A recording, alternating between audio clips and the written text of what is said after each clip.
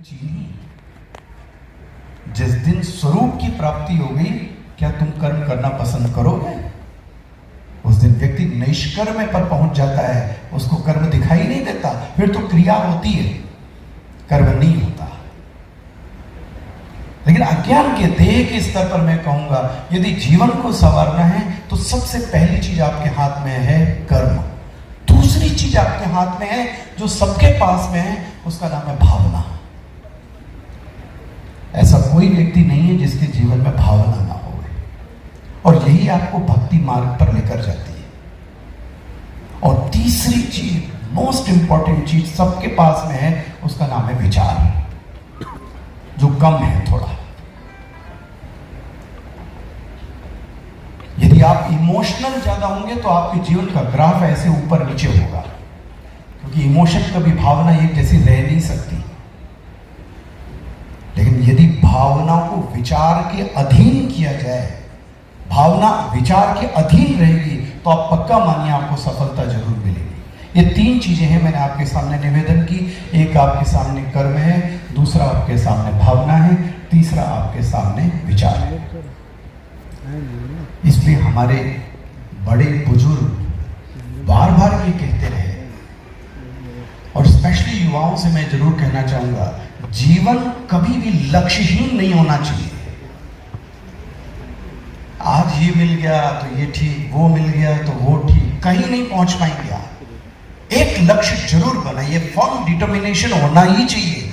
और लक्ष्य जैसा है, जीवन जीने की व्यवस्था भी वैसी ही होनी चाहिए कि वो आपके लक्ष्य को प्राप्त कराने में मदद कर रही है या नहीं। यदि विद्यार्थी हैं तो दिनचर्या अलग होगी, यति हैं तो उसकी दिनचर्या अलग होगी, ब्रह्मचारी हैं तो उसकी दिनचर्या अलग होगी। क्या मेरी दिनचर्या मेरे लक्ष्य के अनुरूप चल रही है या नहीं? Please cross check. तो जो सबसे बड़ा हथियार मैं आपके सामने कह रहा था, उसका नाम है कर्म। और मैं यहां उसके तीन भेद जरूर रखूं और मानस जी की भी मदद लूं।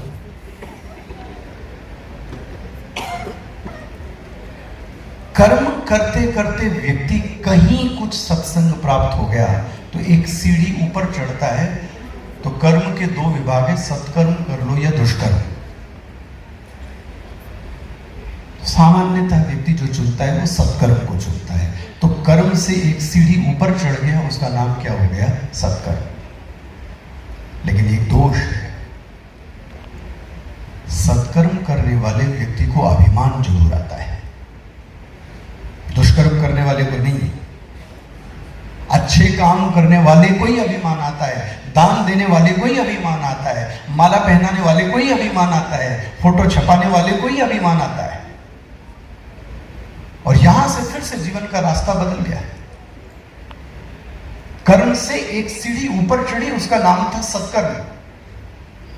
लेकिन सत्कर्म में ये एक नकारात्मकता है कि वो व्यक्ति के अभिमान को जन्म देती है, और मैं कहीं तो कहूं ईगो और बूस्ट होता है, और शास्त्रीय भाषा में कहूं तो आपकी लोकेशना प्रबल होने लगती है कि लोग मुझे जाने। रास्ता ठीक नहीं है, धोखा खा जाएगा। एक कर्म हुआ, ऊपर से फिर से चढ़े तो एक सत्कर्म की सीढ़ी, तीसरी सीढ़ी यदि प्रवेश करता है तो गीता में उसने प्रवेश कर लिया, और उसका नाम है कर्मयोग। ये गीता का प्रतिपाद्य मुख्य विषय है। ज्ञान तो स्वयं हमारे ज्ञानी संत लोग बोलते हैं, ज्ञान होने में तो एक पंखुड़ी को तोड़ने में जितना समय लगता है, सूर्य को प्रतिबिंबन होने में जितना समय लगता है, ज्ञान में तो चुटकी में हो सकता है। समर्थ गुरु और शिष्य अगर अच्छा हो, अंतःकरण निर्मल करने में समय लगता है, और उसकी एक ही साधना है, आपसे बताऊं, उसका नाम है कर्मयोग। और आप इसकी गंभीरता को समझिए। और मैं जरूर कहना चाहूंगा, ये परिभाषा भूल जाइए, कर्म करो और भगवान को अर्पित कर दो, बोले ये कर्म हो गया, कुछ मिलने वाला नहीं है इससे।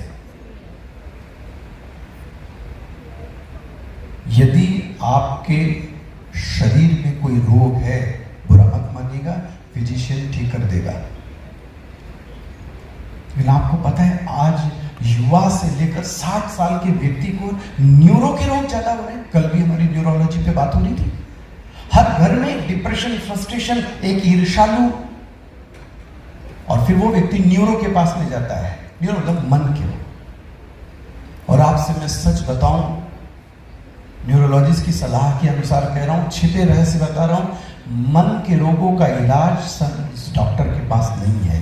ज्यादा तेज चलेंगे तो आपको ऐसी गोली दे देगा कि आप सो जाओगे, ज्यादा सो रहे होगे तो गोली ऐसी दे देगा कि आप उठ जाओगे। इसके अलावा कोई इलाज नहीं है मन का। मन का एक ही इलाज है, या तो वो संत के पास जाए या तो वो ग्रंथ के पास जाए। ये दो ही आपको बदल सकते हैं, और वास्तव में ये दो भी दो नहीं है। संत के पास यदि ग्रंथ नहीं तो संत किस काम का? मनगढ़ंत वाणी नहीं सुननी, आपके निजी विचार नहीं सुनने। हमारा सनातन धर्म कट्टर इस बात को कहता है, शास्त्रम प्रमाणंते, हमारे लिए कोई व्यक्ति प्रमाण नहीं है। अन्य धर्मों में उनके प्रमुख शीर्षस्थ व्यक्ति प्रमाण है। सनातन धर्म में यदि शंकराचार्य जी भी शास्त्र विरोधी बात करेंगे तो हम उसको नहीं मानेंगे, क्योंकि भगवान ने गीता में क्या प्रोटोकॉल दिया है, शास्त्रम प्रमाणन्ते कार्य अकार्य व्यवस्थितो। हमारे लिए प्रमाण हमारा कौन है? शास्त्र। तो संत बिना ग्रंथ के अधूरा है। और आपसे बताओ, ग्रंथ बिना संत के खुलता नहीं है। विद्वान बन सकते हैं आप ओरेटरी में मास्टर हो सकते हैं, आपको शील्ड और अवार्ड मिल सकते हैं, बट आप उनके घर में जाके पूछिए, उनके परिवार के लोग उनके साथ खुश हैं क्या? तो न पत्नी खुश है, न बच्चा खुश है, न आसपास के लोग खुश हैं। आप तो बहुत बड़े ओरेटर हैं। आपने YouTube पर और सुना होगा एक मोटिवेशनल स्पीकर जो एक लेक्चर के 3 से 4 लाख रुपए लेता है, दिन में 7 लेक्चर। और जब उसकी शादी होती है तो शादी की पहली दूसरी रात में अपनी पत्नी को ऐसा थप्पड़ मारता है। आप मोटिवेशनल स्पीकर हैं और ये आपका आंतरिक चरित्र है। ऐसे वक्ताओं के साथ ऐसा ही हो रहा है क्या? हमारे निजी जीवन में जब विदाउट माइक और जब कोई नहीं है तो वो शास्त्र के नियम को मैं जी पा रहा हूं? यह अभाव है। और कहीं सनातन धर्म में यह आया है जिसके कारण आज यद यदा चरित्र श्रेष्ठ तत्त देवे इतरो जना आदर्श उपस्थित नहीं हो पा रहा है। इसलिए मैं आपसे कह रहा था, यदि मन का इलाज करना है आपको तो आपको या तो संत के पास जाना पड़ेगा, और संत आपको किससे जोड़ेगा? ग्रंथ से जोड़ेगा। और 2 ही ग्रंथ हैं आपके लायक में जो आपको ठीक दिशा में ले जा सकते हैं। एक है सैद्धांतिक ग्रंथ जिसका नाम है श्रीमद् भगवद गीता, और जो चरित्र सिखाता है वो श्री रामचरितमानस। और कभी किसी संत से मिले, आप तो मानस के मर्मज्ञ हैं, मैं तो आपको मानस में पूरे के पूरे मैनेजमेंट को दिखा दूं। भाई से भाई का मैनेजमेंट, सास से ससुर का मैनेजमेंट, बहू और सास का मैनेजमेंट, राजा और रंक, राजा और प्रजा का मैनेजमेंट, राजा और सचिव का मैनेजमेंट, राजा और शत्रु का मैनेजमेंट, कैसे रहना। एक की व्याख्या रामचरितमानस करता है, भगवान राम का चरित्र तो भरा हुआ है मैनेजमेंट के सूत्र से। राम राज्य बैठे त्रिलोका, यहीं पे नहीं बैठे, हर्षित भय गए सब शोका। सबका शोक चला गया। गैर मानुस न कोई, राम प्रताप विषमता, चित्त में जो विषमता है वो खो गई। इसको बोलते हैं रामराज्य। मैं फिर से युवाओं से आपसे निवेदन करूंगा, आप कर्मयोग का जीवन जिए, और कर्म तय मत लीजिए कि कर्म करो और भगवान को छोड़ दो। नहीं, मैं एक प्रश्न उपस्थित करता हूं, हनुमान जी कर्म योगी थे कि ज्ञानी? आप कर्म योगी कहेंगे तो हम आपसे कहेंगे ज्ञानी नाम अग्रण्य। ज्ञानियों की पंक्ति में सबसे पहले बैठने वाले का नाम हनुमान जी। जीवन पूरा कर्मयोग का बीता है। वास्तव में ये दो अलग नहीं है। इसलिए जीवन का यदि कोई आदर्श आपको बनाना है और यदि प्रवृत्ति मार्ग के साधक हैं तो हनुमान जी जैसा कोई आदर्श आपको नहीं मिल सकता। करके देखिए, हनुमान जी का कोई पर्सनल एजेंडा ही नहीं रहा कभी पूरी लाइफ में। मैं कर्मयोग को सरल में कहूं, आपका खुद का कोई एजेंडा नहीं होना चाहिए। जिस दिन आपका खुद का कोई एजेंडा नहीं होगा, आपके चित्त पर भगवान का शासन होगा, वो कर्मयोग का रूप होगा। बोले महाराज जी बात समझ में नहीं आई। मैं एक सरल सी बात कहता हूं। रामचरितमानस में एक बड़ी सुंदर कर्मयोग की चौपाई हमारे गुरुजी ने हमको सिखाई थी। जिमी अमोघ रघुपति कर बाना, जिमी अमोघ रघुपति कर बाना, एही भांति चले हनुमाना। आप इससे दृष्टांत से एक चीज सीखना, धनुष से जब तीर छोड़ा जाता है, मेरे दृष्टांत पर ध्यान दीजिएगा, जब धनुष से तीर छोड़ा जाता है तो लक्ष्य का भेदन किसने किया? तीर ने। ठीक है ना? गति किसकी है? तीर की। संवेग किसका है? तीर का। दिशा किसकी है? तीर की। चलता कौन है? तीर। गति किसमें है? तीर। लेकिन आपको पता है, ये संवेग, ये बल, ये वेग, ये दिशा, ये तीव्रता, ये किसने दी बाण को? चलाने वाले ने, जो कि आपको दिखता नहीं है। इसी तरीके से हम लोग प्रभु के बाण बन जाए और वो हमको चलाए और हम चले, तो चलाने वाला वो होगा, वो पर्दे के पीछे होगा। चलते हुए कौन दिखेंगे? हम। लेकिन चलते हुए आप याद रख लेना, चला आप नहीं रहे हो, आपको कोई चला रहा है। जिस दिन मन में ये विचार आ गया, ये सफलता ही नहीं, ये असफलता, ये प्रेम में असफलता यदि मिली है, ये भगवान की देन है। ये उच्च स्थिति पर मिल गई है, ये भगवान की देन। असफलता मिली, ये उसकी देन है। यदि सब के सब भाव आपने अर्पित कर दी और सच में ये दिल से सोचा कि चलाने वाला कोई और है।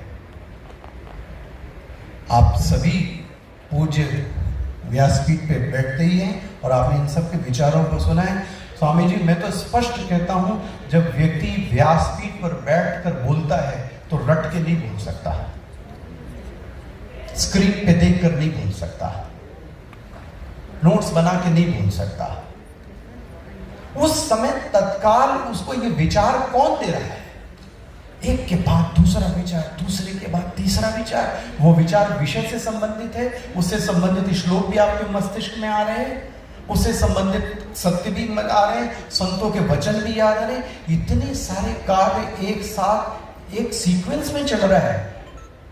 आप देखिए तो कि इस ब्रेन के पीछे कौन काम कर रहा है, उस वक्ता से कौन बुलवा रहा है।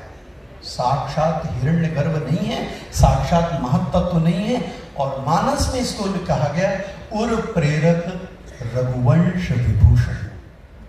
ये जो प्रेरणा देने वाला है, ये कौन है? ये वही है। इसलिए मैं आपसे निवेदन कर रहा था, भगवान के बाण बन जाइए, भगवान की बांसुरी बन जाइए। आप समझ लो आपका जीवन संवर गया। लेकिन ये याद रख लेना, बाण का मतलब करेंगे आप, क्रेडिट किसी और को मिलेगा। ये मन में बात मान के चलिए। मुझे लोग माला पहनाएंगे, मन से मुझे बोलना है ये इनके कारण हो रहा है, तो आपका जो अहम भाव है वो क्या आ जाएगा? नीचे आ जाएगा। इस संदर्भ में मैं गीता में इसी कर्मयोग को मैं कह रहा हूं।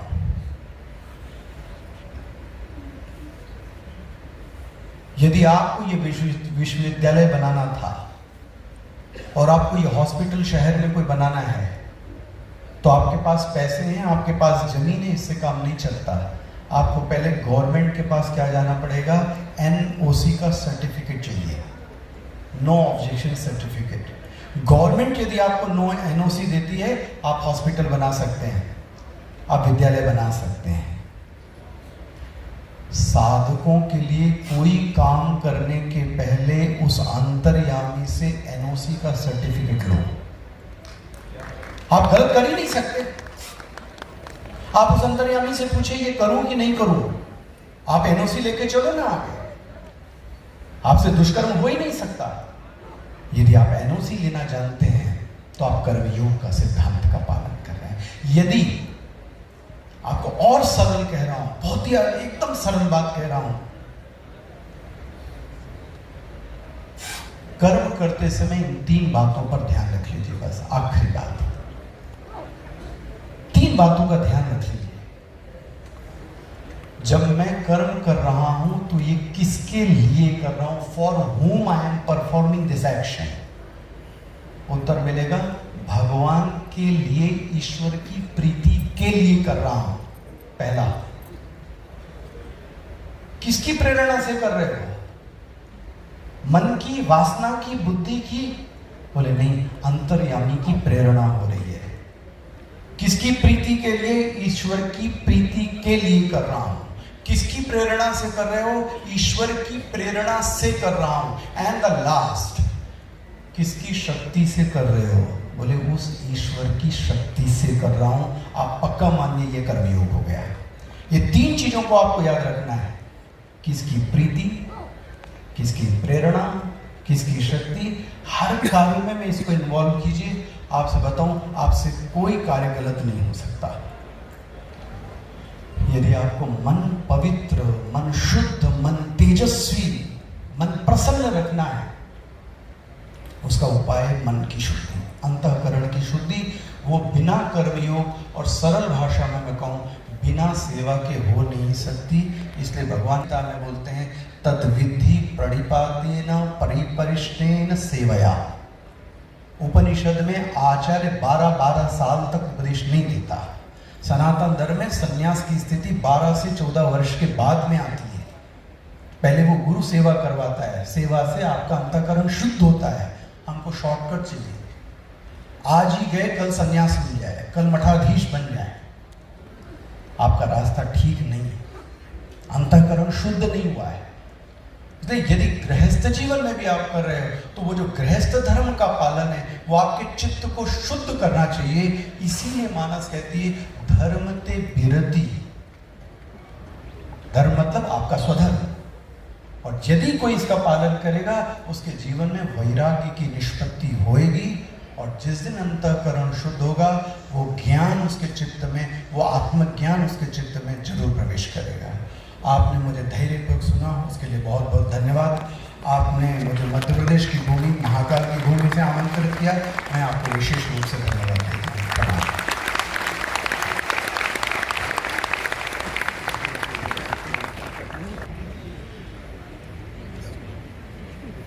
श्रीमद् भगवत गीता न्यास की तरफ से आपका सबका स्वागत, अभिनंदन है। हमारे न्यास के चारों क्षेत्र के अध्यक्ष डॉक्टर उष्णा बिश्नोई जी,